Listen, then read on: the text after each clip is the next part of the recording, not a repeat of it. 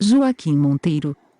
Educação e Filosofia, Uberlândia, V. 33, N. 69, P 1189, 1221, 7, 10/2019. ISSN eletrônico 1982-596-X1189. Ética e subjetividade no budismo chinês contemporâneo. Joaquim Monteiro. Resumo: o presente artigo procura pensar as questões da ética e da subjetividade no contexto do pensamento budista na China contemporânea. Ele parte de uma genealogia do conceito de subjetividade conforme desenvolvido através do debate entre a escola Yogacanra do budismo indiano e o novo confucionismo. Ao mesmo tempo, aponta para as possíveis implicações deste conceito de subjetividade em sua relação com as questões éticas presentes na China contemporânea. Palavra-chave: ética, subjetividade. Escola Yogacanra do budismo indiano. Novo confucionismo. Ethics and Subjectivity in Contemporary Chinese Buddhism. Abstract, desarticule Tristouting THE Matters OEF Ethics and Subjectivity in THE Contest OF Buddhist Thought in Contemporary China. It as its starting point in an analysis OEF THE Concept OF Subjectivity is developed in THE Debate between THE Yogacanra School OF Indian Buddhism and THE New Confucianism. At THE Summit it points to THE possible implications OEF this concept OF subjectivity for THE ethical matters in contemporary Chinese society. Doutor em Filosofia Budista pela Universidade de Komazawa. Vínculo institucional atual. E-mail: yasudarigen55@gmail.com ORCD https://orcid.org/0000 IFEM 0003 IFEM 1912 IFEM 2721 http://doi.org/10.43913/revedfil.v33n69A20119 IFEM 56386. Ética e subjetividade no budismo chinês contemporâneo. 1190 Educação e Filosofia, Uberlândia, V. 33, N. 69, P 1189, 1221, 7, 10/2019. ISSN eletrônico 1982-596-X. Keywords: éticos, subjectivity. Yogacanra School of Indian Buddhism. No confucianismo. Ética e subjetividade em ao budismo chino contemporâneo. Resumen: este artigo busca reflexionar sobre o questões de ética e subjetividade em o contexto do pensamento budista em la China contemporânea. Comienza com uma genealogia do conceito de subjetividade desenrolado através do debate entre a escola Yogacara do budismo índio e o novo confucianismo. Ao mesmo tempo, assinala as possíveis implicações deste conceito de subjetividade em sua relação com os problemas éticos presentes em la China contemporânea. Palavras-clave: ética, subjetividade. Escola de Yogacara do budismo índio. Novo confucianismo. O presente trabalho tem por sua pretensão situar as temáticas da ética e da subjetividade no budismo chinês contemporâneo. Neste sentido, ele tem por sua premissa a necessidade de situar o pensamento budista em sua relação com o contexto histórico da China atual e com o papel por ele desempenhado no contexto da história da filosofia chinesa. Assim sendo, torna-se importante elucidar as seguintes questões. Uma questão inicial de caráter decisivo consiste em pensar as mudanças que a China atravessa no presente momento, assim como os fatores que determinam e influenciam estas mudanças. A este respeito, é importante assinalar que ainda não existe em nosso país uma vertente de Joaquim Monteiro. Educação e Filosofia, Uberlândia, V. 33, N. 69, P 1189, 1221. 7, 10/2019. ISSN eletrônico 1982-596-X1191. estudos e de pesquisas que se mostre capaz de corresponder de forma satisfatória a esta indagação. É possível dizer que ainda existem duas visões dominantes a respeito dessas transformações atravessadas pela China no momento, sendo que nenhuma delas parece possuir a capacidade de produzir um conhecimento rigoroso sobre seu objeto.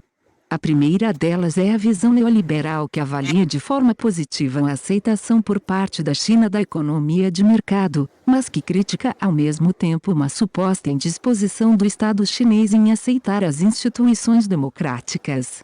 Não nos parece que esta vertente de compreensão tenha produzido algum conhecimento de rigor capaz de explicar a atual situação da sociedade chinesa, mas ela parte de uma premissa duvidosa e jamais demonstrada, a existência de uma relação necessária entre a economia de mercado e a democracia. Caso esta premissa seja analisada com um mínimo de rigor, é possível dizer claramente que a economia de mercado já prosperou nas mais sanguinárias ditaduras militares da América Latina. É possível mesmo dizer que no presente momento histórico existe um antagonismo essencial entre a economia de mercado e a democracia. Neste sentido, não nos parece que a análise neoliberal seja capaz de elucidar as tendências presentes nas atuais mudanças da sociedade chinesa. A segunda consiste em uma visão que pensa a atual sociedade chinesa em termos de uma continuidade essencial com o período maoísta, a tese dos assim chamados maoístas saudosistas. No entanto, como tudo parece apontar para uma ruptura histórica essencial entre a presente situação chinesa e o período maoísta, não nos parece que esta visão possua capacidade de explicar os fatores que influenciam de forma decisiva as atuais mudanças na sociedade chinesa. Estas mudanças apresentam aspectos bastante ética e subjetividade no budismo chinês contemporâneo. 1192 Educação e Filosofia, Uberlândia, V. 33, N. 69, P. 1189, 1221, 7, 10 2019. ISSN eletrônico 1982-596-X. Diversificados que se estendem da tecnologia e da economia até a ideologia, a filosofia e a cultura, não sendo nossa pretensão elucidar a totalidade desses fatores. Nossa pretensão aqui é bem mais modesta, ela consiste em pensar as questões filosóficas presentes na sociedade chinesa em sua relação concreta com o atual processo de mudanças. A análise desta questão inclui dois aspectos principais: uma breve consideração a respeito do papel desempenhado pelo pensamento marxista neste processo de transição e uma análise com maiores pretensões de rigor a respeito do renascimento do pensamento chinês tradicional, incluindo aí o budismo em suas dimensões estritamente filosóficas. É difícil avaliar o papel desempenhado pelo pensamento marxista na China atual, mas duas proposições parecem se aplicar a ele no momento atual, que existe uma clara descontinuidade entre seu presente papel e o papel por ele assumido no período maoísta e que ele atravessa uma crise em termos de sua função de legitimar o Estado chinês. No que diz respeito à primeira proposição, existe na China atual uma grande diversidade de compreensões do pensamento marxista, sendo difícil se referir a ele como uma ortodoxia unificada. No que diz respeito à segunda proposição, existe certamente a necessidade de reconstruir o pensamento marxista através de uma superação crítica do período maoísta. Ou seja, não faz sentido algum falar em socialismo com características chinesas sem elucidar as questões teóricas do pensamento marxista em sua relação com a atual realidade chinesa. No entanto, tudo parece apontar para uma crise de legitimação do marxismo em sua função política e esta crise de legitimação parece estar apontando para um renascimento do pensamento chinês tradicional, Kamisha, 1998.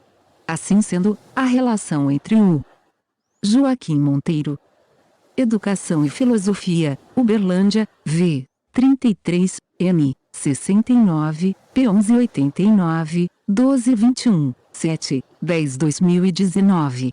ISSN eletrônico 1982-596-X1193. pensamento marxista e o pensamento chinês tradicional, assim como a atual relação entre a tradição e a modernidade em sua acepção mais ampla se tornam questões inescapáveis no atual contexto chinês. Conforme é possível deduzir dos desenvolvimentos recentes da cena intelectual chinesa, o renascimento do pensamento chinês tradicional tem sido centrado no confucionismo e no novo confucionismo. O novo confucionismo da modernidade chinesa e o neoconfucionismo que o precedeu são pensamentos centrados nas questões da ética, da subjetividade e da política. No entanto, como o conceito de subjetividade presente nesses pensamentos se desenvolveu claramente em função da mediação proporcionada pelo pensamento budista, se torna inescapável uma análise do papel desempenhado pelo budismo no contexto do desenvolvimento da história da filosofia chinesa. No entanto, conforme pode ser claramente deduzido de uma análise da maioria das obras dedicadas à história da filosofia chinesa, é difícil pensar que a questão do papel desempenhado pelo budismo nessa história já tenha passado por um esclarecimento satisfatório. O mesmo pode ser dito a respeito do papel desempenhado pelo budismo na articulação do conceito de subjetividade no neoconfucionismo e no novo confucionismo. As dificuldades presentes neste processo de elucidação do papel desempenhado pelo pensamento budista na história da filosofia chinesa podem ser devidamente elucidadas através de uma breve análise da obra Uma Visão Contemporânea da Filosofia Chinesa do professor Li Hizhang, Li Hizhang, 1997. Nesta obra, o autor inicia suas considerações sobre as características gerais da filosofia chinesa, apontando para fatores como seus objetivos, metodologia, expressão e conteúdo, mas as considerações a ética e subjetividade no budismo chinês contemporâneo. 1194 Educação e Filosofia, Uberlândia, V. 33, N. 69, P. 1189, 1221, 7, 10 2019. ISSN eletrônico 1982-596-X. Respeito dos objetivos e da metodologia possuem um vínculo essencial com a presente análise, Li Hizhang, 1997, P1, 6. No que diz respeito aos objetivos, ele aponta para um contraste essencial entre a filosofia ocidental e a filosofia chinesa. Ou seja, em contraste com uma filosofia ocidental preocupada com a ordem da natureza e com as ciências, a filosofia chinesa teria por seus objetivos a reforma da existência humana e a reconstrução da sociedade. Em que pese a bem reconhecida preocupação do pensamento chinês com as questões práticas, essa asserção me parece enganosa e dificulta a explicação da relação entre a filosofia e o desenvolvimento das ciências na China. No que diz respeito à metodologia, em contraste com a ênfase colocada pela filosofia ocidental na análise e na lógica, ele aponta para a centralidade da intuição na filosofia chinesa. No entanto, esta asserção também parece possuir um caráter bastante problemático. Ou seja, não só permanece aí o problema da dificuldade de explicar a relação entre este método intuitivo e o desenvolvimento das ciências na China, como também existe uma forte dimensão analítica no pensamento budista indiano que influenciou fortemente o pensamento chinês. Depois de elucidar seus pressupostos essenciais na elucidação da história da filosofia chinesa, o autor procede a uma descrição histórica do pensamento chinês de Confúcio e Laozi até o neoconfucionismo, passando evidentemente pelo pensamento budista. No entanto, sua descrição do pensamento budista não analisa de forma suficiente as diferenças teóricas existentes entre o pensamento budista indiano, em especial, o pensamento da escola Yogacanra, e o pensamento budista chinês centrado nas escolas Tiantai, Huo e Shan. O resultado destas considerações é, por um lado, uma avaliação positiva destas escolas. Joaquim Monteiro. Educação e Filosofia, Uberlândia, V. 33, N. 69, P. 1189, 1221, 7, 10 2019. ISSN eletrônico 1982-596-X1195. Em função de se constituírem um budismo com características chinesas, Li Hsiang, 1997, p. 6, e uma postura negativa em relação à escola Yogacanra do budismo indiano em função da ausência destas mesmas características. O mais curioso é que ele repetiu o chavão tradicional que explica o desaparecimento desta escola na China em função de sua suposta incompatibilidade com a mentalidade chinesa, Li Hsiang, 1997, p. 6, ignorando não só o fato de que ela conquistou uma indiscutível hegemonia no cenário intelectual do budismo na modernidade chinesa, como também que ela exerceu um papel central e fundamental na formação do conceito de subjetividade no novo confucionismo a partir do século XX. Ou seja, sua análise se mostra muito pouco consistente tanto em termos da dimensão conceitual e filosófica quanto em termos da descrição histórica concreta. A mesma fraqueza se mostra também visível em sua análise da relação entre o pensamento budista e a formação do conceito de mente ou de subjetividade no neoconfucionismo de Wan Yanming, 1472, 1529. Caso esta temática seja pensada em termos históricos, a relação com o chão se torna em uma questão inescapável, mas o autor introduz de forma súbita e sem maiores explicações os conceitos da escola Yogacanra sem justificar em momento algum esta conexão, Li Hsiang, 1997, p. 6. Assim sendo, podemos concluir que existem pelo menos duas questões fundamentais na análise do papel desempenhado pelo pensamento budista na história da filosofia chinesa. A primeira delas é a análise da estrutura teórica e a teoria da consciência no pensamento budista, e, em especial na escola Yogacanra. A segunda é o papel desempenhado pelo pensamento budista na formação do ética e subjetividade no budismo chinês contemporâneo. 1196 Educação e Filosofia, Uberlândia, v. 33, n. 69, p. 1189, 1221, 7, 10 2019. ISSN eletrônico 1982-596-X. Conceito de subjetividade no neoconfucionismo e no novo confucionismo.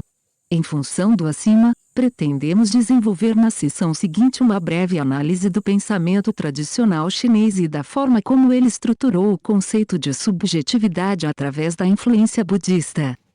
A gênese do conceito de subjetividade no pensamento chinês tradicional.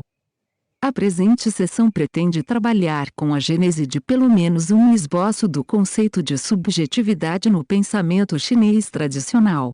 No presente caso, esta interrogação será desenvolvida através de duas etapas fundamentais.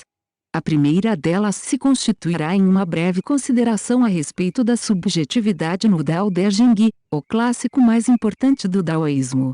A segunda consistirá em outra consideração de um caráter bastante breve a respeito da forma com que este possível conceito de subjetividade teria se desenvolvido a partir da influência do pensamento budista. Quando procuramos refletir a respeito de uma possível gênese do conceito de subjetividade no pensamento chinês tradicional, talvez seja importante analisar a literatura tanto do confucionismo quanto a do daoísmo. No entanto, como o discurso confucionista mais antigo é essencialmente centrado nas questões da ética e da política, talvez seja mais difícil discutir conceitos como o de subjetividade neste contexto. Em um claro contraste com isso, talvez não seja exagero dizer que as questões. Joaquim Monteiro. Educação e Filosofia, Uberlândia, v. 33, n. 69, p. 1189, 1221, 7, 10 2019. ISSN eletrônico 1982-596-X1197. Da metafísica no pensamento chinês tem sua origem no Dao De Jing, o que pode nos autorizar a desenvolver uma análise nele centrada. Quando procuramos desenvolver esta consideração a partir do Dao De Jing, a estrutura temática desta obra pode nos passar a impressão de não possuir vínculo algum com a temática da subjetividade. Ou seja, na medida em que sua concepção de mundo é completamente centrada na ação não intencional do próprio Tao, esta obra parece se situar nas antípodas de qualquer conceito de subjetividade. Esta questão pode ser devidamente equacionada através da análise de uma tradução bastante livre do capítulo inicial desta obra. O curso que pode ser percorrido não é o curso constante, o nome que pode ser enunciado não é o nome constante. O iluminado é o início do céu e da terra, o que tem nome é a mãe das 10.000 existências. Em função disto, o nada constante aspira a contemplar os prodígios, o ser constante aspira a contemplar o edifício. São ambos nomes distintos que emanam do mesmo, o mesmo é chamado de mistério, o mistério ainda é o mistério, o portal de todos os prodígios, Laozi, 2002, p. 28. O trecho acima aponta de início para uma realidade inefável na medida em que se refere a um curso que não pode ser percorrido e a um nome que não pode ser enunciado. No entanto, ao mesmo tempo em que ele fala do iluminado como o início do céu e da terra, ele se refere àquilo que tem nome como a mãe das 10.000 existências. Como o termo 10.000 existências é um número simbólico que aponta para a totalidade das coisas existentes, é possível pensar aqui na totalidade dessas coisas existentes como uma expressão do próprio curso. Todos os parágrafos. Ética e subjetividade no budismo chinês contemporâneo. 1198 Educação e Filosofia, Uberlândia, v. 33, n. 69, p. 1189, 1221, 7, 10 2019.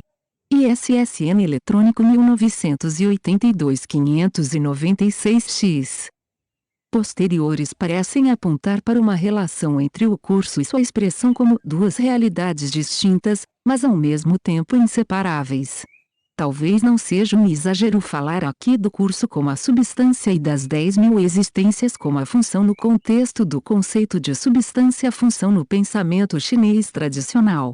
Certamente, as considerações acima possuem um caráter essencialmente preliminar, mas é certo que este capítulo inicial se limita a falar do curso e de sua expressão sem fazer referência alguma à realidade humana.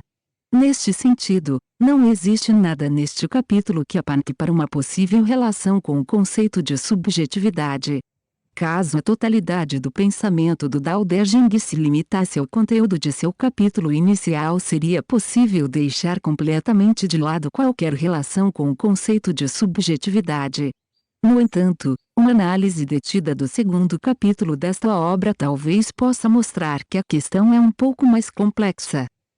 Quando todos sabem abaixo dos céus o que constitui um belo enquanto belo, temos aí o mal. Quando todos sabem o que constitui o bem enquanto bem, temos aí o não bem. Em função disto, a existência e a não existência surgem mutuamente, o difícil e o fácil se tornam mutuamente, o longo e o curto se comparam mutuamente, o som e a voz se harmonizam mutuamente e o anterior e o posterior se seguem mutuamente. Em função disto, o sábio concretiza os eventos sem intenção, exerce o ensinamento sem palavras, as 10.000 existências se expressam sem dicção. Elas surgem sem se tornarem uma existência, agem sem se apoiarem, se realizam sem permanecer é por não permanecerem não se extinguem. Laozi, 2002, p. 30. Joaquim Monteiro. Educação e Filosofia, Uberlândia, v. 33, n. 69, p. 1189, 1221, 7, 10 2019. ISSN eletrônico 1982-596-X1199. Este capítulo parece se iniciar com uma referência ao surgimento de um senso comum social que pretende definir a essência de conceitos como o belo e o bem. No primeiro trecho aparece um interessante contraste entre um belo entendido como um conceito estético e o mal como um conceito de natureza ética. É perfeitamente possível que o contraste entre estética e ética não faça sentido algum no contexto do pensamento do Dao De Jing. Aparece em seguida um trecho em que é colocado o contraste entre o bem e o não bem. Certamente, esses trechos iniciais precisam se tornar objeto de uma análise mais aprofundada e mais consistente, mas existe aí algo que pode ser situado de forma clara e inequívoca. O surgimento deste consenso a respeito da essência do belo e do bom implica em uma ação essencialmente humana que não expressa o curso do Tao. Certamente, não existe aí uma referência à subjetividade individual, mas é certo que esse consenso possui um caráter essencialmente humano. Assim sendo, na medida em que este mesmo consenso expressa uma realidade problemática que contrasta a forma de ser usual do ser humano com o curso do Tao, é possível deduzir daí uma antropologia negativa que compreende a condição humana comum como algo que volta as costas para o Tao.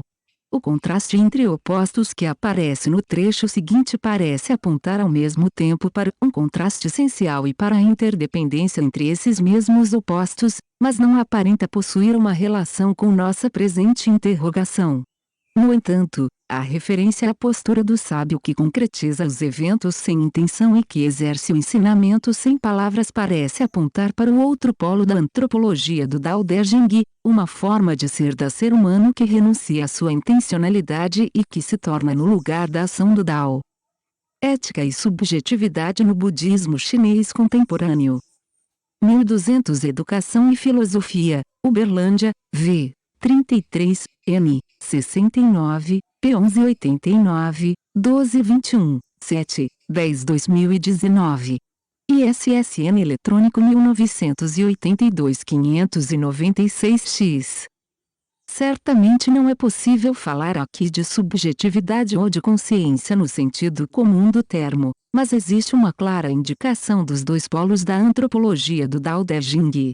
Vamos citar aqui o terceiro capítulo da mesma obra no sentido de desenvolver um pouco mais a presente análise. Quando não são venerados os eruditos, o povo não entra em conflito, é por não serem cobiçados bens difíceis de serem conseguidos que o povo não se dá ao roubo, e é por não mostrar aquilo que provoca desejo que a mente do povo não fica sujeita à perturbação. É por causa disto que a política dos sábios esvazia o coração, fortalece as entranhas, enfraquece a vontade e fortalece os ossos. É por permanecer constantemente em uma condição sem conhecimento e sem desejo que não se permite que os sabichões ousem agir. A atividade da não-atividade não deixa nada sem governo. Laozi, 2002, p. 32. O presente capítulo parece pressupor uma estrutura bem mais complexa que os anteriores, mas a distinção entre os sábios, os eruditos e os sabichões parece acrescentar alguns detalhes a esta antropologia do Tao Te Ching. Esta é certamente uma questão complexa e importante a ser retomada com rigor em um futuro trabalho, mas não possui uma relação direta com os objetivos da presente investigação. No entanto, acredito ser possível afirmar o seguinte a respeito de suas implicações para a antropologia do pensamento daoísta: as duas direções da condição humana conforme pressupostas por sua estrutura de pensamento são desenvolvidas em sua relação com a realidade social. Falando concretamente, na primeira parte do capítulo a forma de ser da ser humano centrada em sua intencionalidade e que volta as costas para o Tao.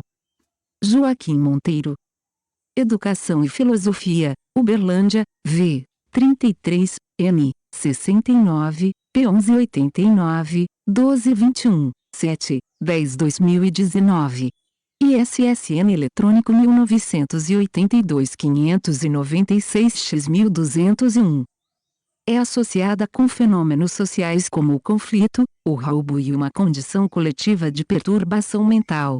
Em um claro contraste com isso, a forma de ser da ser humano que renuncia à sua intencionalidade através da atividade não intencional do próprio Tao é associada com uma sociedade harmoniosa em que nada fica sem governo. Neste sentido, é possível concluir que o pensamento do Tao Te Ching tem por seu centro a concepção de um curso constante que não pode ser percorrido, substância, e a expressão deste curso enquanto as 10.000 existências, função. No entanto, este pensamento também inclui uma antropologia negativa em que a forma de ser da ser humano centrada na ação intencional é considerada uma violação à ação do próprio Tao, sendo que a superação desta condição só pode se dar através da atividade não intencional e espontânea do Tao. Neste sentido, não é possível pensar aqui em uma teoria da subjetividade em seu sentido estrito, mas existe certamente uma compreensão da condição humana em sua relação com o Tao. Nossa questão seguinte consiste em desenvolver uma breve consideração a respeito da forma como esta concepção da condição humana foi desenvolvida através da influência do pensamento budista, se encaminhando por fim em direção a uma teoria da subjetividade no sentido pleno deste termo no neoconfucionismo da Huan Ming. A questão de como este conceito da subjetividade se desenvolveu no pensamento chinês através do encontro com a concepção da condição humana no daoísmo e a teoria da mente ou da consciência no pensamento budista é extremamente complexa, mas acredito ser possível e oportuno desenvolver aqui alguns breves comentários a respeito do processo de interação entre o budismo e a cultura chinesa. Este encontro instaura uma ética e subjetividade no budismo chinês contemporâneo. 1202 Educação e Filosofia, Uberlândia, V. 33, N. 69, P. 1189, 1221, 7, 10 2019. ISSN eletrônico 1982-596-X. Curiosa dialética que apresenta pelo menos dois aspectos importantes. O primeiro deles é a curiosa relação dialética que acaba por se estabelecer entre duas tendências essencialmente opostas. Ou seja, entre uma tendência a uma radical significação do budismo que se desenvolve das escolas Tiantai e Wei Yun até o surgimento do Shan e uma tendência a um retorno às fontes normativas do budismo indiano conforme pode ser visto nas traduções de Xuanzan, 596 a 664. Curiosamente, é a segunda tendência que não só vai dominar a perspectiva intelectual do budismo na modernidade chinesa, como que também vai influenciar o novo confucionismo a partir do final do século XIX. O segundo vai implicar na curiosa relação dialética estabelecida entre o pensamento budista, o neoconfucionismo e o novo confucionismo que vão surgir deste processo de interação. O neoconfucionismo irá surgir dominantemente a partir do Shan e o novo confucionismo a partir do encontro entre o confucionismo e a escola Yogacanra do budismo indiano, mas este encontro vai instaurar uma dialética sem síntese em meio ao pensamento chinês. A principal razão disto é que ao mesmo tempo em que o surgimento do conceito de subjetividade no pensamento neoconfucionista e no novo confucionismo dependeu no essencial do encontro com o pensamento budista, mas a partir do momento em que este confronto é instaurado ele pressupõe duas posições filosóficas bem fundamentadas e isto impossibilita o surgimento de uma síntese final entre suas posições. Neste sentido, uma análise rigorosa da atual situação do pensamento chinês tradicional pressupõe ao mesmo tempo uma relação profunda e essencial entre essas duas correntes de pensamento e um conflito entre elas que não pode admitir uma síntese final. É neste sentido que é possível dizer que o Joaquim Monteiro, Educação e Filosofia, Uberlândia, V. 33, N. 69, P. 1189, 1221, 7, 10 2019. ISSN eletrônico 1982-596-X1203. Surgimento do neoconfucionismo e do novo confucionismo instaura uma dialética sem síntese em meio ao pensamento chinês tradicional. O segundo ponto, a que pretendemos nos referir apenas de passagem, é a importância do conceito budista das duas verdades no processo de formação da noção de subjetividade no pensamento chinês. O desenvolvimento deste conceito em meio à história da filosofia budista chinesa admite três momentos essenciais, a saber, o primeiro momento, representado pelo pensamento do Abhidharma e pelos mestres da escola do Satya Siddhyan representado pelo conceito das duas verdades com base no princípio. Neste caso, além de se pressupor a importância central dos dharmas da mente e das funções mentais, as duas verdades são compreendidas essencialmente como asserções de verdade de caráter linguístico que pressupõem uma relação lógica mutuamente exclusiva. Evidentemente, esta concepção se situa nas antípodas do pensamento chinês tradicional conforme representado pelo Dao De Jing. O segundo momento, representado pela compreensão chinesa da escola Madhyamaka, pressupõe um conceito das duas verdades centradas no ensinamento. Neste caso, pode existir uma distinção convencional entre as duas verdades, no entanto seu conteúdo teórico é nivelado na medida em que essas verdades são compreendidas como meios hábeis que conduzem seres sensíveis com diferentes capacidades à realização de um princípio inefável e para além da palavra e do conceito. É desnecessário dizer que esta modalidade de compreensão é bem mais próxima ao ponto de vista do pensamento chinês tradicional. No entanto, mesmo pressupondo esta semelhança, existe nesta escola uma curiosa ética e subjetividade no budismo chinês contemporâneo. 1204 Educação e Filosofia, Uberlândia, V. 33, N. 69, P. 1189, 1221, 7, 10 2019. ISSN eletrônico 1982-596-X. Contradição que a distancia até mesmo da concepção da condição humana presente no Dao De Jing, a quase completa ausência de uma análise da mente e das funções mentais e esvazia por completo a temática da subjetividade. O terceiro momento é representado pelo Tratado do Despertar da Fé do Mahayana, da Sheng Qi Shinlun, e pela escolástica budista tardia por ele representada. Nesta obra, a estrutura das duas verdades pressupõe o conceito de uma mente uma com dois portais. Ou seja, trata-se aqui de uma mente uma entendida como a mente dos seres sensíveis que possui dois aspectos. O primeiro deles é não nascido e não sujeito à extinção e independente dos klesas ou fatores de continuidade do samsara. Neste caso, este primeiro aspecto é identificado com a verdade última. O segundo é a mente sujeita ao surgimento e extinção e marcada pela presença dos klesas ou fatores de continuidade do samsara. Este segundo aspecto é identificado com a verdade mundana. Como neste caso a verdade mundana emana da verdade última e a ela retorna no processo de extinção do samsara, a estrutura desta versão da teoria das duas verdades expressa e desenvolve a concepção da condição humana do Dao De Jing na direção de uma teoria da subjetividade. Ou seja, a verdade última neste contexto se assemelha ao Dao inefável e à verdade mundana às 10.000 existências. No entanto, como esta mesma estrutura de pensamento está centrada no conceito de uma mente uma com dois portais, ela explicita concretamente um conceito de subjetividade que estava apenas implícito na concepção da condição humana no Dao De Jing. É possível dizer que a estrutura da subjetividade no budismo chinês tradicional se consolidou através de uma. Joaquim Monteiro. Educação e Filosofia, Uberlândia, V. 33, N. 69, P. 1189, 1221, 7, 10 2019. ISSN eletrônico 1982-596-X1205.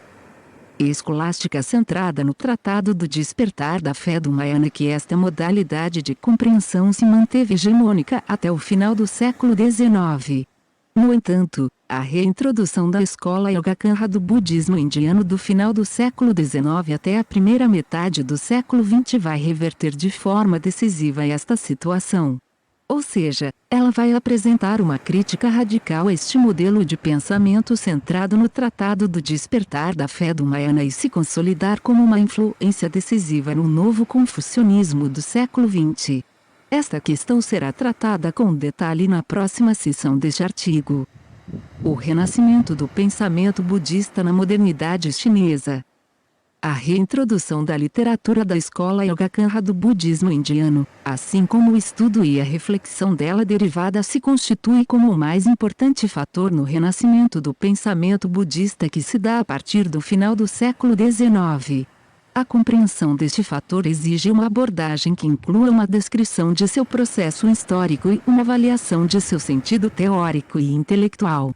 O processo de descrição histórica possui diversas facetas complexas, mas é bastante simples em suas linhas gerais.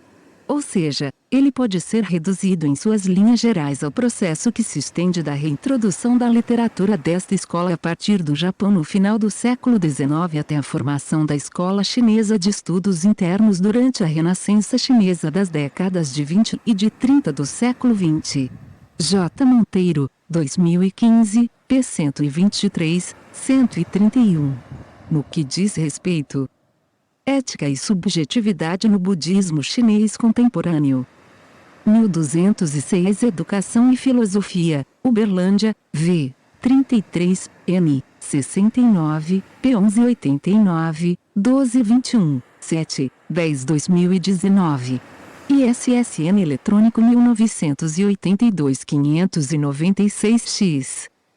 A avaliação do conteúdo teórico ou filosófico desta escola. Existe um interessante paradoxo: a decadência e o eventual desaparecimento desta escola na história do pensamento chinês é explicada com frequência em termos de sua suposta incompatibilidade com a mentalidade chinesa.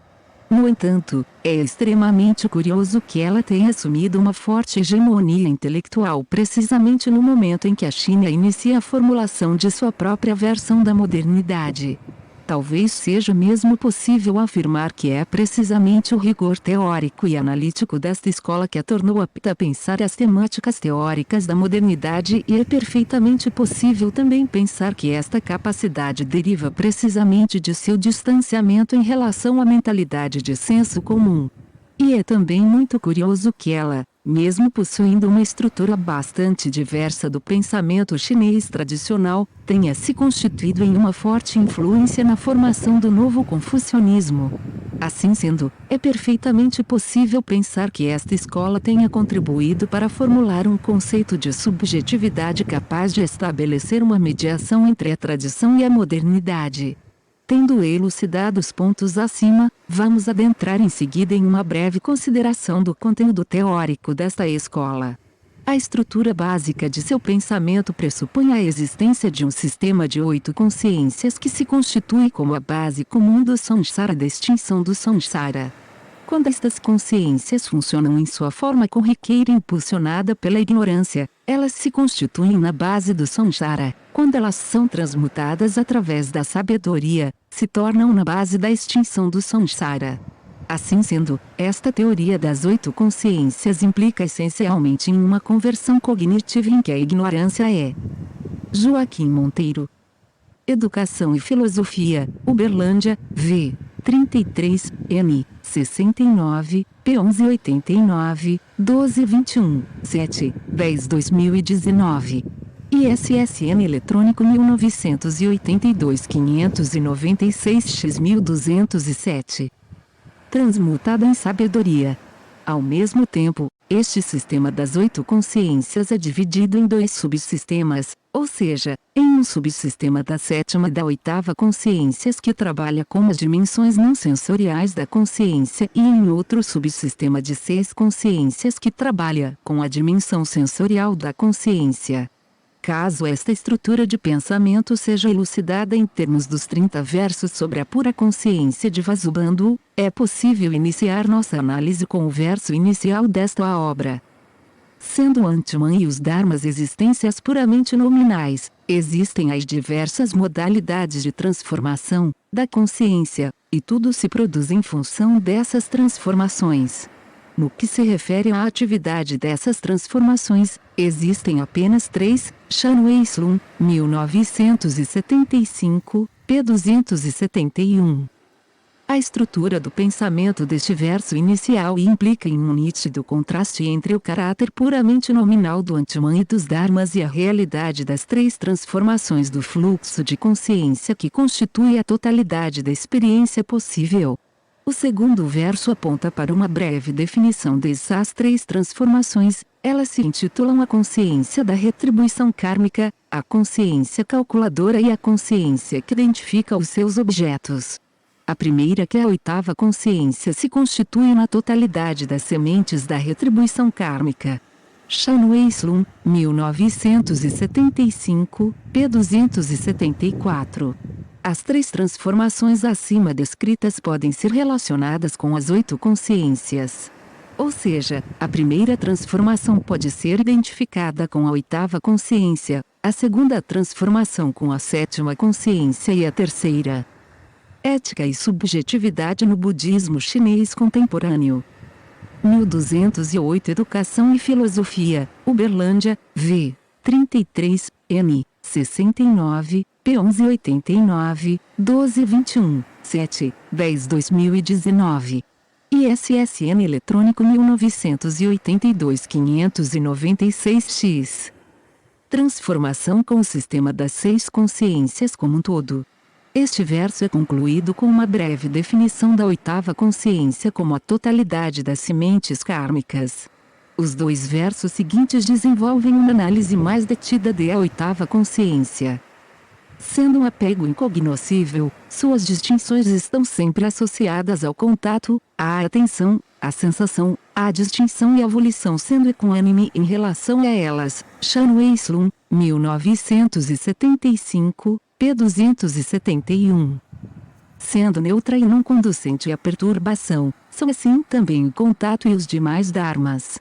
Ela se transforma como uma correnteza violenta e só é abandonada na condição de Arati. Chan Wei-Slun, 1975, p. 271. O terceiro verso pode ser resumido em 2 aspectos. O primeiro deles é a definição da 8ª consciência como um apego incognoscível. Esta definição diz respeito à forma corriqueira de ser desta consciência quando se torna objeto da 7ª consciência, passando a se constituir como a sede do apego inerente. O segundo é a relação entre a 8ª consciência e as funções mentais que estão presentes em todo e qualquer instante de consciência. O quarto verso resume 2 características da 8ª consciência. A primeira delas é o seu caráter neutro, na medida em que inclui em seu interior tanto sementes mundanas quanto supramundanas. Ou seja, ela só se torna a causa indireta do samsara enquanto permanece como um objeto de uma falsa apreensão por parte da 7ª consciência. Ao mesmo tempo, na medida em que na realização. Joaquim Monteiro. Educação e Filosofia, Uberlândia, v. 33, n. 69, p. 1189, 1221, 7, 10 2019.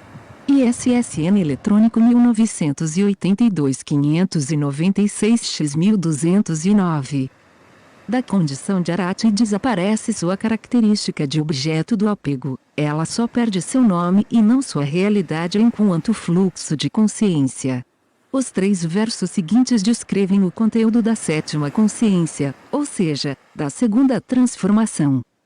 Temos em seguida a terceira transformação, a da consciência denominada Manas. Ela se transforma apoiada naquela outra consciência, 8ª consciência, e a toma por seu objeto.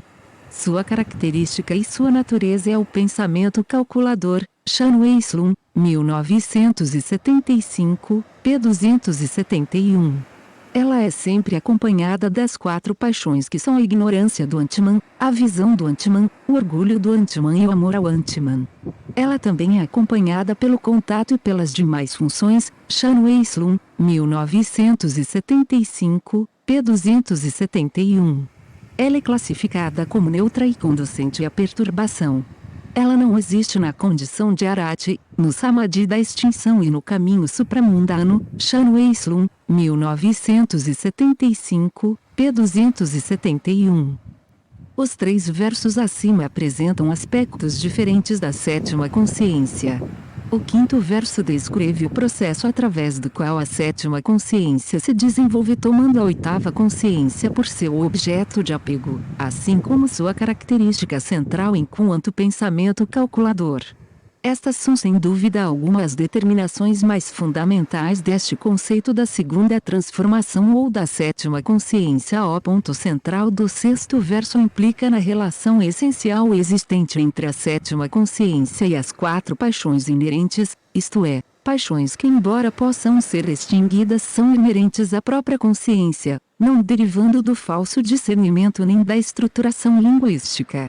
Existe aí também uma referência à sua relação. Ética e subjetividade no budismo chinês contemporâneo.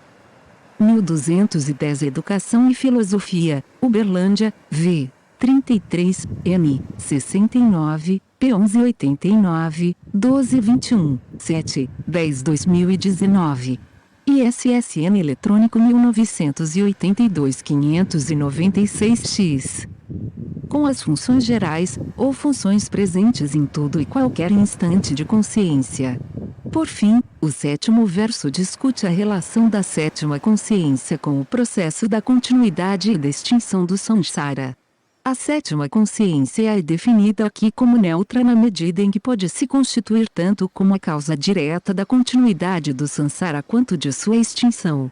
Ou seja, em seu funcionamento normal ela capta falsamente a oitava consciência como um triniane, a ele se apega e dá origem à dimensão mais profunda do samsara. Ao mesmo tempo, quando ela é transmutada pela sabedoria correta, ela abandona este apego inerente à oitava consciência como um Atman, ativam as sementes supramundanas desta mesma consciência dando origem ao processo de extinção do samsara. Que ela não exista na condição de arati, no samadhi da extinção e no caminho supramundano significa que ela perde seu nome de consciência do apego e não que ela desaparece enquanto tal.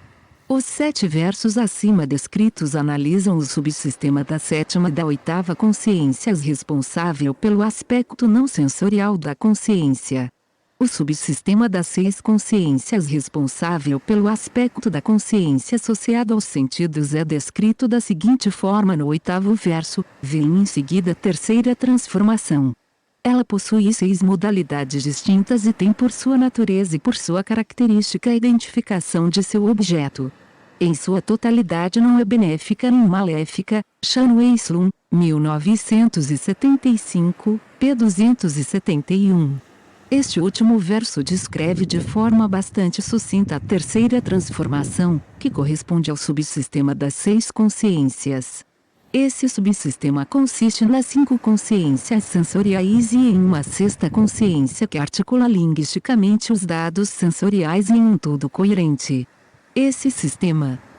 Joaquim Monteiro. Educação e Filosofia, Uberlândia, v. 33, n. 69, p. 1189, 1221, 7, 10/2019. ISSN eletrônico 1982-596-x1211. Não é benéfico nem maléfico, pois tanto a origem quanto a extinção do samsara em sua dimensão mais profunda derivam do subsistema da sétima e da oitava consciências. A descrição acima do sistema das 8 consciências e de sua relação com a continuidade e com a extinção do samsara é evidentemente esquemático e insuficiente. No entanto, ele talvez seja suficiente para se constituir na base de uma explicação das diferenças essenciais do pensamento da escola Yogacanra do budismo indiano em relação ao pensamento chinês tradicional conforme representado principalmente pelo Dao De Jing. Acredito ser possível apontar para pelo menos 2 diferenças de caráter essencial. A primeira consiste no fato de que na medida em que este pensamento é completamente centrado nas 8 consciências entendidas como a totalidade da experiência possível e de sua eventual transmutação, ele não possui nenhum equivalente à realidade inefável do Tao como um fator gerador das 10.000 existências. É verdade que existe no sistema Yogacanra conceito de Tatanta que pode ser considerado como uma realidade inefável, mas mesmo que existe uma diferença de caráter decisivo, o Tatanta conforme entendido por esta escola não exerce qualquer atividade e não produz nenhuma realidade equivalente a essas 10.000 existências. O debate entre a escola Yogacanra e o budismo chinês tradicional centrado no Tratado do Despertar da Fé do Mahayana aponta claramente para esta questão. O conceito de Tatanta conforme entendido por este tratado implica em um processo de emanação dos dharmas condicionados e contaminados a partir do aspecto não condicionado da mente una e é precisamente por isso que este pensamento foi duramente criticado pelos expoentes da escola Yogacanra. Ética e subjetividade no budismo chinês contemporâneo. 1212 Educação e Filosofia, Uberlândia, v. 33, n. 69, p. 1189, 1221, 7, 10/2019. ISSN eletrônico 1982-596-x. Na China moderna. A segunda diferença é que na medida em que o pensamento da escola Yogacanra é completamente centrado na análise da consciência e de seus processos, ele aponta diretamente para um conceito próximo ao de subjetividade conforme entendido pela filosofia moderna. E esta é a principal razão que nos leva a pensar que esta formulação pode fornecer uma mediação entre o pensamento moderno e o pensamento chinês tradicional. Este tópico será o objeto da análise da próxima sessão deste artigo. O problema da subjetividade no pensamento Yoga Kanha. Conforme já foi apontado através das considerações acima, a escola Yoga Kanha do budismo indiano possui a capacidade de articular um conceito semelhante, mas não idêntico ao conceito de subjetividade conforme presente na moderna filosofia ocidental. Ao mesmo tempo, este conceito parece possuir a capacidade de superar a oposição binária entre tradição e modernidade. No entanto, não é suficiente apontar para esta possibilidade, é fundamental explicitar as razões que nos levam a pensar desta forma. Assim sendo, parece-nos que o essencial da questão pode ser indicado através dos pontos abaixo. O ponto de partida do conceito de subjetividade na filosofia moderna deriva da distinção entre res cogitans e resistência no pensamento de Descartes, 1596, de 1650. Neste contexto, o cogito, considerado como uma instância auto-evidente, é pensado como uma entidade unitária oposta aos objetos. Embora a filosofia moderna tenha. Joaquim Monteiro. Educação e Filosofia, Uberlândia, v. 33, n. 69, p. 1189, 1221, 7, 10/2019. ISSN eletrônico 1982-596-x1213. Desenvolvido formas bastante sofisticadas de compreensão da subjetividade posteriormente a Descartes, o modelo cartesiano serviu de base à formação do esquema sujeito-objeto que dominou a maior parte da filosofia na modernidade. A concepção das 6 consciências na escola Sarvastivada pressupõe uma distinção entre os dharmas da forma e os dharmas da mente, que fundamenta um ponto de vista que não dá margem para nenhuma modalidade de fisicalismo. No entanto, existem aí algumas diferenças de base em relação ao esquema sujeito-objeto que domina a maior parte da filosofia moderna. As 6 consciências são explicadas no contexto desta tradição através do conceito das 18 esferas, ou seja, das 6 bases, dos 6 objetos e das 6 consciências. Ou seja, cada uma destas consciências surge através do contato entre uma base e um objeto específicos. Uma consciência mental surge do contato entre a percepção interior e os instantes anteriores de consciência. Uma consciência auditiva surge do contato entre uma base auditiva e um som e assim por diante. Esta estrutura de compreensão conduz a algumas consequências importantes. A primeira delas é que existe uma multiplicidade de consciências e não uma entidade unitária chamada de consciência. Este ponto de vista contrasta de forma contundente com a suposta unidade do cogito. A segunda é que na medida em que cada consciência só pode surgir em função do contato entre uma base e um objeto, não é possível postular um sujeito auto-evidente em contraste com o objeto. A terceira é que mesmo supondo uma distinção essencial entre as 5 consciências associadas aos sentidos e uma sexta consciência puramente mental, esta última consciência é apenas uma das 6 consciências e não uma entidade. Ética e subjetividade no budismo chinês contemporâneo. 1214 Educação e Filosofia, Uberlândia, v. 33, n. 69, p. 1189, 1221, 7, 10/2019. ISSN eletrônico 1982-596-x. Unitária que unifique a vida mental. O quarto é que esse conceito das 18 esferas no pensamento Sarvastivada pressupõe um otimismo epistemológico que defende um acesso à realidade através da simultaneidade entre os instantes em que a base toca no objeto e o instante do surgimento da consciência. Existe por fim outra diferença de caráter decisivo entre esse conceito de 6 consciências e o cogito cartesiano. Como a sexta consciência em sua forma mundana de funcionamento é dominada pela ignorância ou pelo falso discernimento, ela não compartilha em momento algum da autoevidência do cogito. Assim sendo, é possível concluir que, mesmo supondo a oposição a todo o reducionismo fisicalista, como uma característica comum entre a teoria Sarvanstivanda das 6 consciências e o cogito cartesiano, o ponto de vista desta escola nega por completo a identidade e a autoevidência do cogito. Assim sendo, o ponto de vista que pressupõe um sujeito unitário e autoevidente em sua relação com o objeto contrasta de forma contundente com a teoria das 6 consciências presente no Abhidharma da escola Sarvanstivanda. O ponto de vista da escola Yogacanra se desenvolveu tendo por pano de fundo a perspectiva da escola Sarvanstivanda, mas também apresenta alguns contrastes em relação a ela. O primeiro ponto a ser levado aqui em consideração é que, na medida em que a escola Yogacanra pressupõe uma completa cisão entre o instante em que a base toca no objeto e o instante do surgimento da consciência, ela não só recusa o otimismo epistemológico da escola Sarvanstivanda, como também entende o real em termos da experiência da consciência. Ou seja, em sua perspectiva, o real consiste em uma série causal de instantes de consciência. Ao mesmo tempo, a escola Yogacanra reconstrói a teoria tradicional das 6. Joaquim Monteiro. Educação e Filosofia, Uberlândia, V. 33, N. 69, P. 1189, 1221, 7, 10 2019. ISSN eletrônico 1982-596-X1215. Consciências como uma teoria das 8 consciências a partir deste ponto de vista.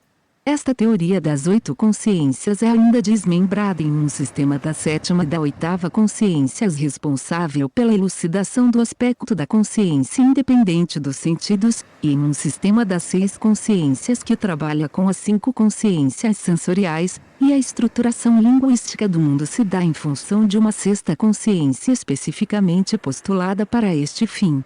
Embora não nos seja possível explicar detalhadamente as implicações desta teoria dentro dos estreitos limites do presente trabalho, é possível postular aqui 2 consequências importantes desta perspectiva filosófica. A primeira delas é que, na medida em que o real é definido como uma série causal de instantes de consciência, desaparece de uma forma ainda mais radical a possibilidade de postular um sujeito em contraste com os objetos. A segunda é que, na medida em que a autoevidência da autoconsciência é pensada aqui como produto de uma falsa apreensão da 8ª consciência pela 7ª consciência, o vínculo entre essa pretensa autoevidência da consciência e o falso discernimento é evidenciado de uma forma mais contundente. Os esclarecimentos acima são evidentemente insuficientes no sentido de apontar para o potencial presente na escola Yogacanra em articular um conceito semelhante, mas não idêntico ao moderno conceito de subjetividade e de superar a oposição binária entre tradição e modernidade a partir deste conceito. No entanto, as considerações abaixo a respeito da relação entre o budismo chinês, o pensamento chinês tradicional e a formação do neoconfucionismo podem ajudar a clarificar esta questão a partir de uma perspectiva histórica. Ética e subjetividade no budismo chinês contemporâneo. 1216 Educação e Filosofia, Uberlândia, V. 33, N. 69, P. 1189, 1221, 7, 10 2019. ISSN eletrônico 1982-596-X.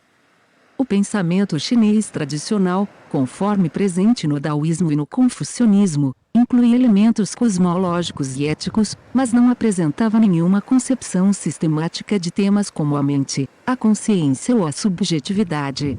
É possível falar de uma diferença essencial entre a introdução do budismo na China e em outras regiões da Ásia.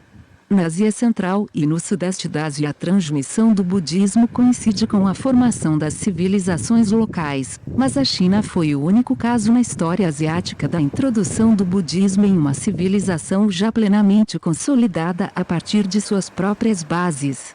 Neste sentido, o encontro e o diálogo entre o budismo e o pensamento chinês tradicional assume uma importância central na articulação das temáticas da história da filosofia chinesa. Uma questão de importância central neste contexto é que a articulação das temáticas filosóficas da mente, da consciência e da subjetividade no pensamento chinês praticamente coincidem com a introdução do pensamento budista. Essa influência vai se dar em pelo menos dois momentos distintos, na dinastia Ming através do Shang e na modernidade através da escola Yogacanha. Esses dois momentos vão suscitar respostas de natureza bastante distinta por parte do pensamento confucionista em suas diversas vertentes. Na dinastia Ming, o pensador neoconfucionista central que vai articular uma ética a partir do ponto de vista da mente ou da subjetividade vai ser o Anyan Ming. Seu pensamento apresenta uma forte contraposição ao Shang, ao mesmo tempo em que tem nele um forte pano de fundo. Sua influência vai se estender por toda a Ásia Oriental, permanecendo até a modernidade. Joaquim Monteiro. Educação e Filosofia, Uberlândia, V. 33, N. 69, P. 1189, 1221, 7, 10/2019. ISSN eletrônico 1982-596-X1217. Na modernidade chinesa, a formulação de uma temática próxima à da subjetividade vai sofrer uma forte influência da escola Yogacanha do budismo. Essa influência se inicia no final do século XIX, se consolida através da escola chinesa de estudos internos durante a Renascença chinesa das décadas de 20 e de 30 do século XX irá marcar fortemente o desenvolvimento do novo confucionismo na modernidade chinesa. Não se constitui um exagero afirmar que o vínculo entre budismo e confucionismo vai se tornar bem mais próximo e bem mais estreito na modernidade. Existe por fim a necessidade de avaliar o surgimento do novo confucionismo em sua relação com o budismo. O debate entre o novo confucionismo e o budismo na modernidade parece ter instaurado uma dialética sem síntese no pensamento chinês de um caráter mais agudo e mais contundente do que teria ocorrido em momentos históricos anteriores. Tensão dialética esta que consiste em um debate entre duas posições bem fundamentadas e que não admite uma conclusão ou uma síntese de caráter final. A formulação desta dialética e análise de seus desenvolvimentos parece se constituir na dinâmica que impulsiona um momento bastante desenvolvido da história da filosofia chinesa. Tendo elucidado em suas linhas gerais um conceito semelhante ao da subjetividade no moderno budismo chinês, vamos procurar refletir a respeito de suas possíveis implicações éticas na China contemporânea. Este será o tópico de sessão seguinte do presente trabalho. Ética e subjetividade no budismo chinês contemporâneo. 1218 Educação e Filosofia, Uberlândia, V. 33, N. 69, P. 1189, 1221, 7, 10/2019. ISSN eletrônico 1982-596-X. A questão da ética no budismo chinês contemporâneo. Existe uma clara diferença entre avaliar ou tentar deduzir os possíveis desenvolvimentos do pensamento budista na China contemporânea e procurar pensar os dilemas éticos que este pensamento possivelmente irá enfrentar no presente momento histórico.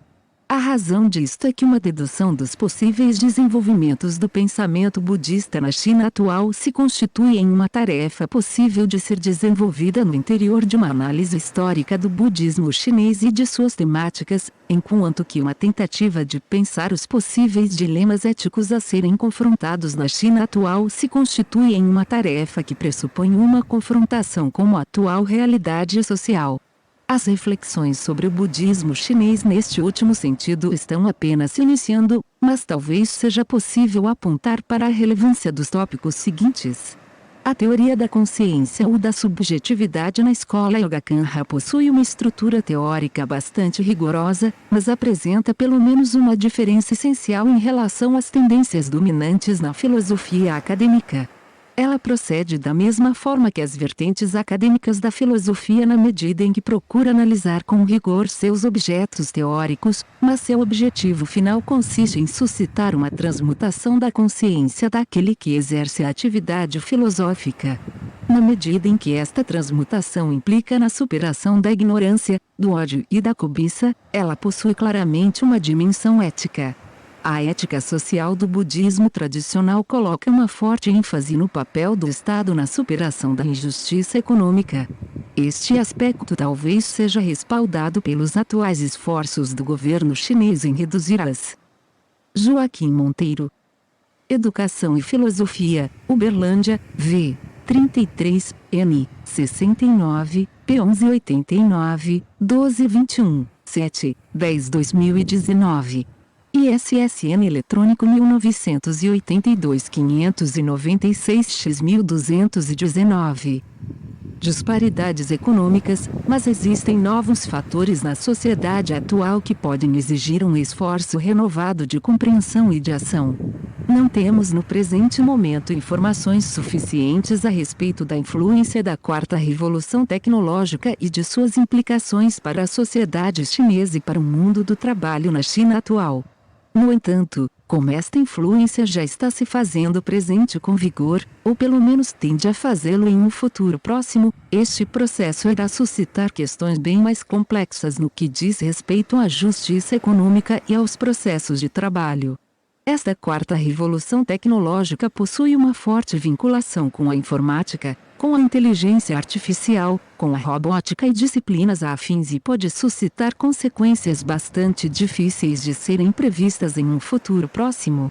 Certamente, uma reflexão budista de caráter dogmático se mostraria impotente neste contexto, mas existe um aspecto do pensamento budista, e, em especial, da escola Yogacanra que pode desempenhar um papel importante neste contexto. Refiro-me aqui à clara distinção entre os dharmas da forma e os dharmas da mente, assim como a defesa de uma especificidade da condição humana que recusa sua total absorção nos processos cognitivos das ciências naturais. Neste sentido, a escola Yogacanra possui claramente a possibilidade de se constituir no fundamento de uma filosofia do espírito, M. Gabriel, 2018, capaz de confrontar as implicações fisicalistas e naturalistas das filosofias da mente. À guisa de conclusão, as temáticas do presente artigo podem ser sintetizadas em dois tópicos centrais. Ou seja, uma avaliação da possível influência da escola Yogacanra na China contemporânea e de sua relação com a articulação de um conceito semelhante, mas não idêntico ao de ética e subjetividade no budismo chinês contemporâneo. 1220 Educação e Filosofia, Uberlândia, V. 33, N. 69, P. 1189, 1221, 7, 10 2019. ISSN eletrônico 1982-596-X. Subjetividade na filosofia moderna, e uma proposição de um possível papel crítico a ser desempenhado por este conceito em relação aos dilemas éticos presentes nas tendências dominantes da quarta revolução tecnológica. Conclusão. O presente artigo tem seu ponto de partida em uma breve análise das mudanças em curso na atual sociedade chinesa, com uma ênfase especial no renascimento do pensamento chinês tradicional.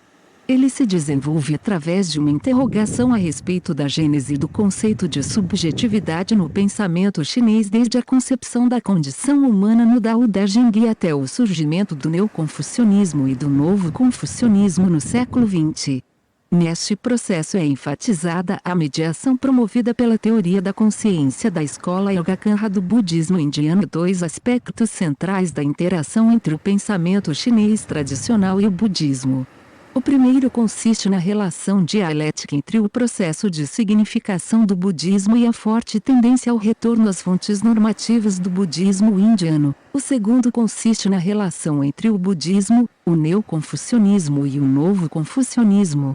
Se pressupõe aqui que esta relação entre o budismo e o confucionismo instaura uma dialética sem síntese possível em meio ao pensamento chinês. Neste sentido, parece-nos importante pensar as consequências práticas desta dialética sem síntese no processo de formulação das questões éticas presentes na atual configuração histórica da sociedade chinesa. Joaquim Monteiro. Educação e Filosofia, Uberlândia, V. 33, N. 69, P. 1189, 1221, 7, 10 2019. ISSN eletrônico 1982-596-X1221. Referências: Shanwei, Silum, Taipei, Fanguoenhua, 1975. Gabriel Marques, Não Sou Meu Cérebro, Filosofia do Espírito para o Século XX. Tradução de Lucas Nascimento Machado.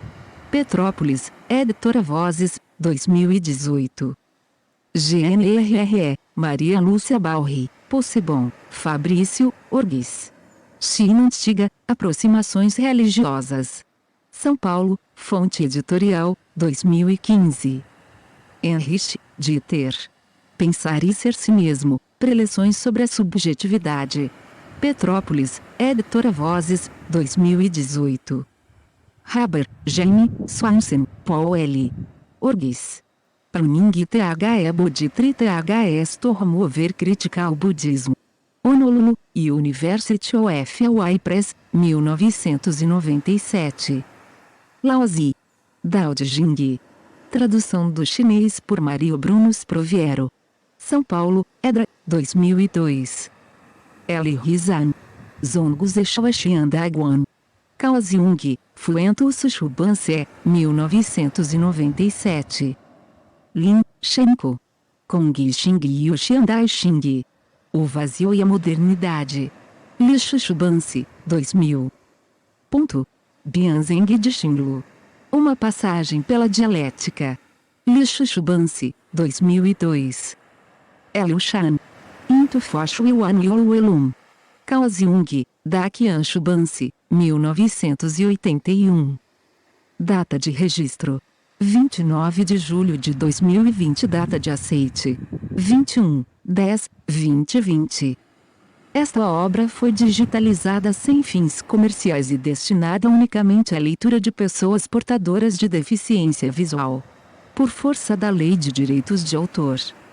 Por isto, este trabalho é oferecido gratuitamente aos amigos cegos e deficientes visuais de acordo com a Lei 9.610, de 19 de fevereiro de 1998, sobre direitos autorais. Alteração, atualização e consolidação da legislação. Título I. Dos direitos do autor. Capítulo IV. Das limitações aos direitos autorais. Art. 46 não constitui ofensa aos direitos autorais, e a reprodução d. de obras literárias, artísticas ou científicas, para uso exclusivo de deficientes visuais, sempre que a reprodução, sem fins comerciais, seja feita mediante o sistema Braille ou outro procedimento em qualquer suporte para esses destinatários. Joaquim Monteiro. Educação e Filosofia, Uberlândia, V. 33, N. 69, P. 1189, 1221, 7/10/2019. ISSN eletrônico 1982-596-X1189. Ética e Subjetividade no Budismo Chinês Contemporâneo. Joaquim Monteiro. Resumo: o presente artigo procura pensar as questões da ética e da subjetividade no contexto do pensamento budista na China contemporânea. Ele parte de uma genealogia do conceito de subjetividade conforme desenvolvido através do debate entre a escola Yogacanra do budismo indiano e o novo confucionismo. Ao mesmo tempo, aponta para as possíveis implicações deste conceito de subjetividade em sua relação com as questões éticas presentes na China contemporânea. Palavra-chave: ética, subjetividade. Escola Yogacanra do budismo indiano. Novo confucionismo. Ethics and Subjectivity in Contemporary Chinese Buddhism. Abstract, desarticule Tristo Think The Matters of Ethics and Subjectivity in The Context of Buddhist Thought in Contemporary China. It as it is starting point in an analysis of The concept of subjectivity as developed in The debate between The Yogacanra School of Indian Buddhism and The New Confucianism. At The Summit it points to The possible implications of this concept of subjectivity for The ethical matters in contemporary Chinese society. doutor em Filosofia Budista pela Universidade de Komazawa. Vínculo institucional atual. E-mail, yasudarigen55@gmail.com ORCID, https://orcid.org/0000 hífen 0003 hífen 1912 hífen 2721 http://doi.org/10.43913/revedfil.v3N6920119-56386. Ética e subjetividade no budismo chinês contemporâneo. 1190 Educação e Filosofia, Uberlândia, v. 33, n. 69, p. 1189, 1221, 7, 10/2019. ISSN eletrônico 1982-596-X. Keywords, éticos. Subjectivity. Yogacan School of Indian Budismo. No confucianismo. Ética e subjetividade em ao budismo chino contemporâneo. Resumen, este artigo busca reflexionar sobre o questões de ética e subjetividade em o contexto do pensamento budista em la China contemporânea. Comienza com uma genealogia do conceito de subjetividade desenrolado através do debate entre a escola Yogacara do budismo indio e o novo confucianismo. Ao mesmo tempo, assinala as possíveis implicações deste conceito de subjetividade em sua relação com os problemas éticos presentes em la China contemporânea. Palavras-clave: ética, subjetividade, escola de Yogacara do budismo indio, novo confucianismo.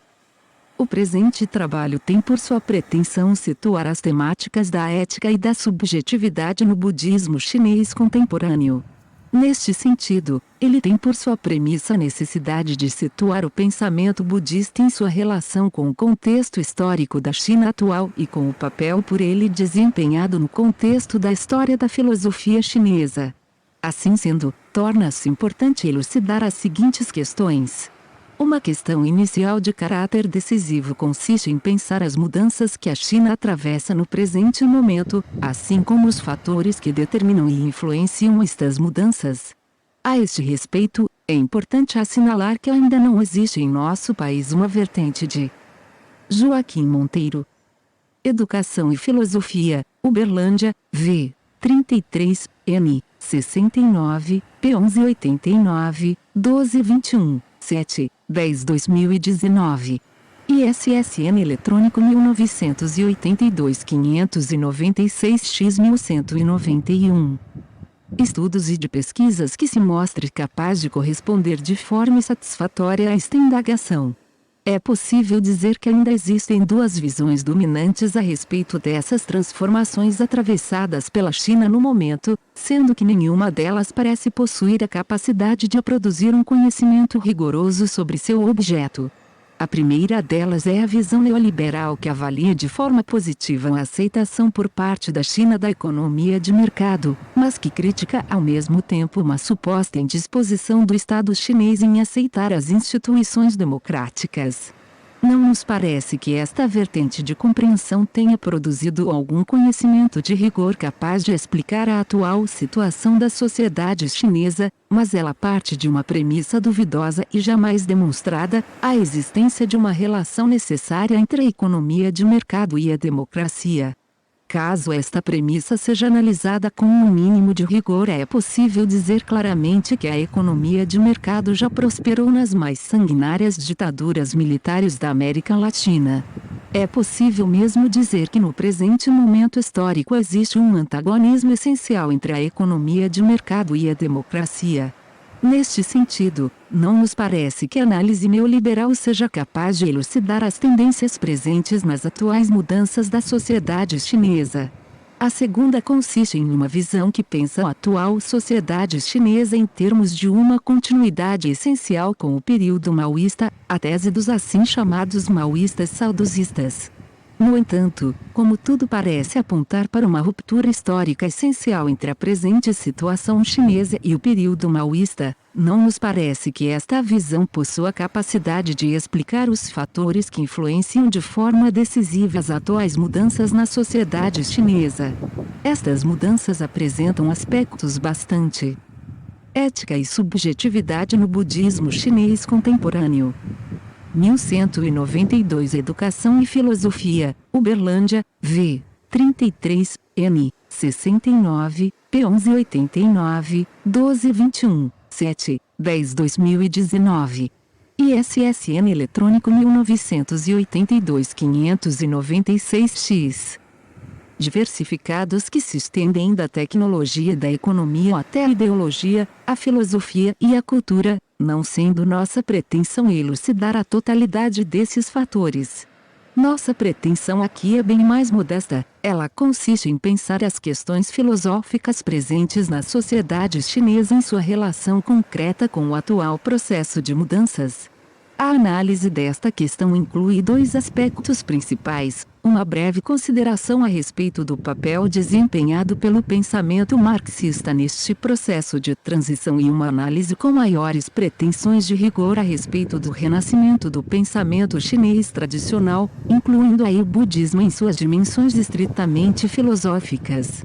É difícil avaliar o papel desempenhado pelo pensamento marxista na China atual, mas duas proposições parecem se aplicar a ele no momento atual: que existe uma clara descontinuidade entre seu presente papel e o papel por ele assumido no período maoísta e que ele atravessa uma crise em termos de sua função de legitimar o Estado chinês. No que diz respeito à primeira proposição, existe na China atual uma grande diversidade de compreensões do pensamento marxista, sendo difícil se referir a ele como uma ortodoxia unificada. No que diz respeito à segunda proposição, existe certamente a necessidade de reconstruir o pensamento marxista através de uma superação crítica do período maoísta. Ou seja, não faz sentido algum falar em socialismo com características chinesas sem elucidar as questões teóricas do pensamento marxista em sua relação com a atual realidade chinesa. No entanto, tudo parece apontar para uma crise de legitimação do marxismo em sua função política e esta crise de legitimação parece estar apontando para um renascimento do pensamento chinês tradicional. Kamisha, 1998. Assim sendo, a relação entre o Joaquim Monteiro, Educação e Filosofia, Uberlândia, V. 33, N. 69, P. 1189, 1221, 7, 10 2019. ISSN eletrônico 1982-596-X1193. Pensamento marxista e o pensamento chinês tradicional, assim como a atual relação entre a tradição e a modernidade em sua acepção mais ampla, se tornam questões inescapáveis no atual contexto chinês. Conforme é possível deduzir dos desenvolvimentos recentes da cena intelectual chinesa, o renascimento do pensamento chinês tradicional tem sido centrado no confucionismo e no novo confucionismo. O novo confucionismo da modernidade chinesa e o neoconfucionismo que o precedeu são pensamentos centrados nas questões da ética, da subjetividade e da política. No entanto, como o conceito de subjetividade presente nesses pensamentos se desenvolveu claramente em função da mediação proporcionada pelo pensamento budista, se torna inescapável uma análise do papel desempenhado pelo budismo no contexto do desenvolvimento da história da filosofia chinesa. No entanto, conforme pode ser claramente deduzido de uma análise da maioria das obras dedicadas à história da filosofia chinesa, é difícil pensar que a questão do papel desempenhado pelo budismo nessa história já tenha passado por um esclarecimento satisfatório.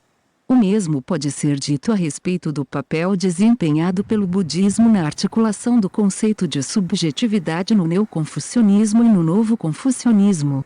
As dificuldades presentes neste processo de elucidação do papel desempenhado pelo pensamento budista na história da filosofia chinesa podem ser devidamente elucidadas através de uma breve análise da obra Uma Visão Contemporânea da Filosofia chinesa do professor Li Hizhang, Li Hizhang, 1997. Nesta obra, o autor inicia suas considerações sobre as características gerais da filosofia chinesa, apontando para fatores como seus objetivos, metodologia, expressão e conteúdo, mas as considerações a ética e subjetividade no budismo chinês contemporâneo. 1194 Educação e Filosofia, Uberlândia, v. 33, n. 69, p. 1189, 1221, 7, 10 2019. ISSN eletrônico 1982-596-X. Respeito dos objetivos e da metodologia possuem um vínculo essencial com a presente análise, Lihse HNG, 1997, p. 6. No que diz respeito aos objetivos, ele aponta para um contraste essencial entre a filosofia ocidental e a filosofia chinesa. Ou seja, em contraste com uma filosofia ocidental preocupada com a ordem da natureza e com as ciências, a filosofia chinesa teria por seus objetivos a reforma da existência humana e a reconstrução da sociedade. Em que pese a bem reconhecida preocupação do pensamento chinês com as questões práticas, essa asserção me parece enganosa e dificulta a explicação da relação entre a filosofia e o desenvolvimento das ciências na China. No que diz respeito à metodologia, em contraste com a ênfase colocada pela filosofia ocidental na análise e na lógica, ele aponta para a centralidade da intuição na filosofia chinesa. No entanto, esta asserção também parece possuir um caráter bastante problemático. Ou seja, não só permanece aí o problema da dificuldade de explicar a relação entre este método intuitivo e o desenvolvimento das ciências na China, como também existe uma forte dimensão analítica no pensamento budista indiano que influenciou fortemente o pensamento chinês. Depois de elucidar seus pressupostos essenciais na elucidação da história da filosofia chinesa, o autor procede a uma descrição histórica do pensamento chinês de Confúcio e Laozi até o neoconfucionismo, passando evidentemente pelo pensamento budista. No entanto, sua descrição do pensamento budista não analisa de forma suficiente as diferenças teóricas existentes entre o pensamento budista indiano, em especial, o pensamento da escola Yogacanra, e o pensamento budista chinês centrado nas escolas Tiantai, Huo e Nishan. O resultado destas considerações é, por um lado, uma avaliação positiva destas escolas. Joaquim Monteiro. Educação e Filosofia, Uberlândia, v. 33, n. 69, p. 1189, 1221, 7, 10 2019. ISSN eletrônico 1982-596-X1195. Em função de se constituírem um budismo com características chinesas, Lihse HNG, 1997, p. 6, e uma postura negativa em relação à escola Yogacanra do budismo indiano em função da ausência destas mesmas características. O mais curioso é que ele repetiu o chavão tradicional que explica o desaparecimento desta escola na China em função de sua suposta incompatibilidade com a mentalidade chinesa, Lihse HNG, 1997, p.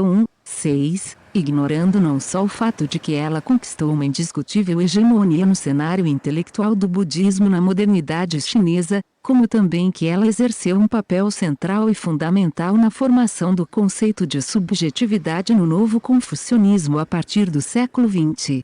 Ou seja, sua análise se mostra muito pouco consistente tanto em termos da dimensão conceitual e filosófica quanto em termos da descrição histórica concreta. A mesma fraqueza se mostra também visível em sua análise da relação entre o pensamento budista e a formação do conceito de mente ou de subjetividade no neoconfucionismo de Huan Yanming, 1472, 1529. Caso esta temática seja pensada em termos históricos, a relação com o chão se torna em uma questão inescapável, mas o autor introduz de forma súbita e sem maiores explicações os conceitos da escola Yogacanra sem justificar em momento algum esta conexão, Lihse HNG, 1997, p. 6. Assim sendo, podemos concluir que existem pelo menos duas questões fundamentais na análise do papel desempenhado pelo pensamento budista na história da filosofia chinesa. A primeira delas é a análise da estrutura teórica e a teoria da consciência no pensamento budista, e, em especial na escola Yogacanra. A segunda é o papel desempenhado pelo pensamento budista na formação do ética e subjetividade no budismo chinês contemporâneo. 1196 Educação e Filosofia, Uberlândia, V. 33, N. 69, P. 1189, 1221, 7, 10 2019. ISSN eletrônico 1982-596-X. Conceito de subjetividade no neoconfucionismo e no novo confucionismo. Em função do acima, pretendemos desenvolver na seção seguinte uma breve análise do pensamento tradicional chinês e da forma como ele estruturou o conceito de subjetividade através da influência budista. A gênese do conceito de subjetividade no pensamento chinês tradicional. A presente seção pretende trabalhar com a gênese de pelo menos um esboço do conceito de subjetividade no pensamento chinês tradicional. No presente caso, esta interrogação será desenvolvida através de duas etapas fundamentais. A primeira delas se constituirá em uma breve consideração a respeito da subjetividade no Dao De Jing, o clássico mais importante do daoísmo. A segunda consistirá em outra consideração de um caráter bastante breve a respeito da forma com que este possível conceito de subjetividade teria se desenvolvido a partir da influência do pensamento budista. Quando procuramos refletir a respeito de uma possível gênese do conceito de subjetividade no pensamento chinês tradicional, talvez seja importante analisar a literatura tanto do confucionismo quanto a do daoísmo. No entanto, como o discurso confucionista mais antigo é essencialmente centrado nas questões da ética e da política, talvez seja mais difícil discutir conceitos como o de subjetividade neste contexto. Em um claro contraste com isso, talvez não seja exagero dizer que as questões. Joaquim Monteiro.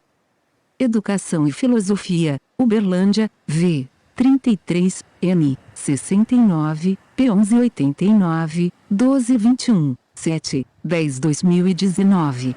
ISSN eletrônico 1982-596-X1197. Da metafísica no pensamento chinês tem sua origem no Dao De Jing, o que pode nos autorizar a desenvolver uma análise nele centrada. Quando procuramos desenvolver esta consideração a partir do Dao De Jing, a estrutura temática desta obra pode nos passar a impressão de não possuir vínculo algum com a temática da subjetividade. Ou seja, na medida em que sua concepção de mundo é completamente centrada na ação não intencional do próprio Dao, esta obra parece se situar nas antípodas de qualquer conceito de subjetividade. Esta questão pode ser devidamente equacionada através da análise de uma tradução bastante livre do capítulo inicial desta obra. O curso que pode ser percorrido não é o curso constante, o nome que pode ser enunciado não é o nome constante. O iluminado é o início do céu e da terra, o que tem nome é a mãe das 10.000 existências. Em função disto, o nada constante aspira a contemplar os prodígios, o ser constante aspira a contemplar o orifício. São ambos nomes distintos que emanam do mesmo, o mesmo é chamado de mistério, o mistério ainda é o mistério, o portal de todos os prodígios, Laozi, 2002, p. 28. O trecho acima aponta de início para uma realidade inefável na medida em que se refere a um curso que não pode ser percorrido e a um nome que não pode ser enunciado. No entanto, ao mesmo tempo em que ele fala do iluminado como o início do céu e da terra, ele se refere àquilo que tem nome como a mãe das 10.000 existências. Como o termo 10.000 existências é um número simbólico que aponta para a totalidade das coisas existentes, é possível pensar aqui na totalidade dessas coisas existentes como uma expressão do próprio curso. Todos os parágrafos. Ética e subjetividade no budismo chinês contemporâneo. 1198 Educação e Filosofia, Uberlândia, V. 33, N. 69, P. 1189, 1221, 7/10/2019. ISSN eletrônico 1982-596-X. Posteriores parecem apontar para uma relação entre o curso e sua expressão como duas realidades distintas, mas ao mesmo tempo inseparáveis. Talvez não seja um exagero falar aqui do curso como a substância e das 10.000 existências como a função no contexto do conceito de substância-função no pensamento chinês tradicional. Certamente, as considerações acima possuem um caráter essencialmente preliminar, mas é certo que este capítulo inicial se limita a falar do curso e de sua expressão sem fazer referência alguma à realidade humana. Neste sentido, não existe nada neste capítulo que aponte para uma possível relação com o conceito de subjetividade. Caso a totalidade do pensamento do Dao De Jing se limitasse ao conteúdo de seu capítulo inicial, seria possível deixar completamente de lado qualquer relação com o conceito de subjetividade. No entanto, uma análise de